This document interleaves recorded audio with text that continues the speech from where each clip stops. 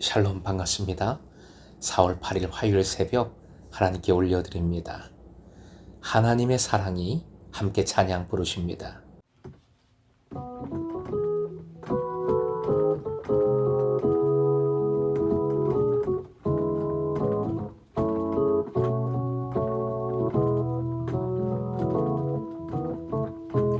하나님의 사랑이 당신의 삶 가운데 가득하기를 축복합니다.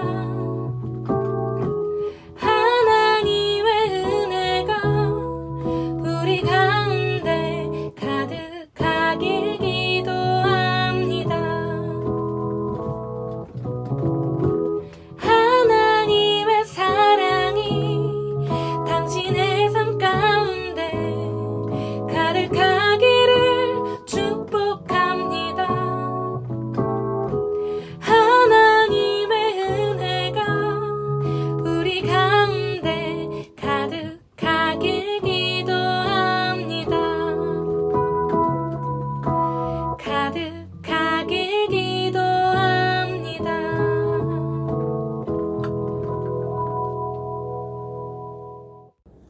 오늘 말씀 이제 신약의 본문인데요. 누가복음 1장 1절에서 7절입니다. 누가복음 1장 1절부터 7절까지의 말씀 함께 읽겠습니다. 우리 중에 이루어진 사실에 대하여 처음부터 목격자와 말씀에 일꾼된 자들이 전하여 준 그대로 내력을 저술하려고 붓을 든 사람이 많은지라 그 모든 일을 근원부터 자세히 미루어 살핀 나도 데오빌로 각하에게 차례대로서 보내는 것이 좋은 줄 알았노니 이는 각하가 알고 있는 바를 더 확실하게 하려 함이로라. 유대왕 헤롯 때에 아비야 반열에 제사장 한 사람이 있었으니 이름은 사가랴요 그의 아내는 아론의 자손이니 이름은 엘리사벳이라. 이 두 사람이 하나님 앞에 의인이니 주의 모든 계명과 규례대로 흠이 없이 행하더라. 엘리사벳이 잉태를 못하므로 그들에게 자식이 없고 두 사람의 나이가 많더라. 오늘의 기도 제목, 내 삶의 근원이 되는 말씀임을 알아 더욱 붙들게 하소서. 내 삶의 근원이 되는 말씀임을 알아 더욱 붙들게 하소서. 사순절 기간 복음서 중에 누가복음을 이제 묵상합니다. 모든 이들에게 허락된 예수 그리스도의 구원, 그 은혜에 집중한 복음서가 바로 누가복음이기에 바로 이 시절에 우리가 반드시 묵상해야 할 아주 귀한 말씀이라 생각합니다. 일단 누가복음서는 서론으로 출발을 합니다. 오늘 본문 1절부터 4절까지의 말씀이지요. 이는 누가복음만의 특징입니다. 복음서 중 오직 누가만이 문학적인 서론으로 말씀을 시작하고 있는 것이지요. 그리고 이 서론은 당시 헬라 시대 저자들이 일반적으로 택하고 있는 형식으로 기록이 되어 있습니다.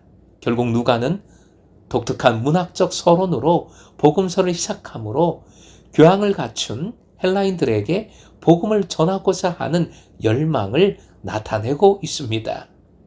본문에 나타난 누가복음서만의 특징이 있습니다. 다른 복음서와 마찬가지로 세례 요한의 이야기로 시작하고 있지만 오직 누가만이 세례 요한의 탄생 이야기를 소개합니다. 그리고 누가는 이 이야기를 통해서 세례 요한을 가장 구약적인 인물로 그리고 있습니다. 몇 가지 살펴볼까요? 첫째, 세례 요한의 첫 등장을 다른 복음서처럼 요단강과 연관시키지 않고 예루살렘 성전과 연관시키고 있습니다. 둘째, 요한이 유대교 제사장 집안에서 태어났다는 점을 밝힘으로 구약적 특징을 강조하고 있습니다. 셋째, 누가는 세례 요한의 탄생을 구약 성경 사무엘상 1장에 나타나는 사무엘의 탄생 이야기와 똑같은 패턴을 맞추어서 소개를 하고 있습니다. 사무엘과 세례 요한의 가장 중요한 유사점은 두 사람 다 선구자 역할을 하고 있다는 점이지요. 즉 사무엘은 이스라엘의 왕 사울의 선구자였고, 세례 요한은 왕 중의 왕이신, 참된 만왕의 왕이신 예수 그리스도의 선구자 역할을 하고 있습니다. 그래서 사무엘은 사울에게 기름을 부어 왕으로 세웠고, 세례 요한은 예수님께 물로 세례를 베풀었습니다. 이렇게 세례 요한을 구약적인 인물로 소개하는 이유가 있지요. 신약과 구약 간의 연관성 혹은 연속성을 강조하기 위함입니다. 복음을 전함에 있어서 형식과 내용이 중요함을 깨닫습니다. 먼저 형식의 중요성이지요. 즉 당시에 통용되던 문학 형식을 통하여 누가는 복음을 보다 많은 이들에게 전하고자 하고 있습니다. 세상의 문화를 복음의 그릇으로, 도구로 사용하고 있습니다. 이 시대는 교회가 문화적으로 앞서가지 못하고 있지요. 그러므로 본문의 형식을 통해 지혜를 얻습니다. 세상은 배격이나 교화의 대상이 절대 아니지요. 세상의 문화는 물론 죽음의 문화이고 참 많은 문제가 있지만 때로는 겸손히 배우고 무엇보다 선용하여 복음을 전해야 합니다. 복음의 도구로 삼아야 하는 것이지요. 이것이 선교적 교회의 지혜이겠습니다.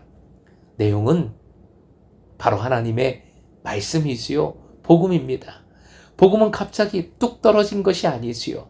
구약의 말씀을 통하여 약속된 은혜입니다.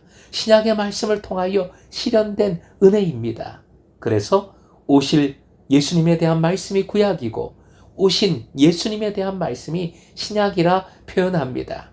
마침 지난 토요일 민수기의 마지막 말씀을 통하여 구약과 신약의 연관성을 강조해서 말씀드렸습니다. 첫 번째 약속, 두 번째 약속, 구약과 신약을 그 연결성을 강조해서 말씀드렸지요. 구약도 신약도 동일하게 하나님의 사랑을, 그 은혜를, 그 구원을 말씀하고 있습니다. 그것이 복음입니다. 오늘 본문 3절에 나온 표현을 다시 한번 읽어봅니다. 화면 보시고 함께요. 그 모든 일을 근원부터 자세히 미루어 살핀, 이것이 우리의 자세가 되어야 하겠습니다. 신구약의 말씀이 내 삶에, 내 모든 생각과 판단과 행동의 근원이 되게 하십시다.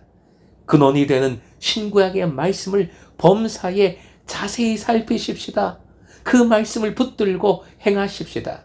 그리하여 어저께나 오늘이나 영원토록 변함없는 주님의 사랑을 더욱 깨달으십시다. 우리의 믿음을 더욱 확실하게 하십시다. 오늘도 내 삶의 근원이 말씀에 있음을 깨달아 더욱 말씀을 붙들어 예수님과 온전히 동행하는 금성의 제자 되시길 주님의 이름으로 축원드립니다.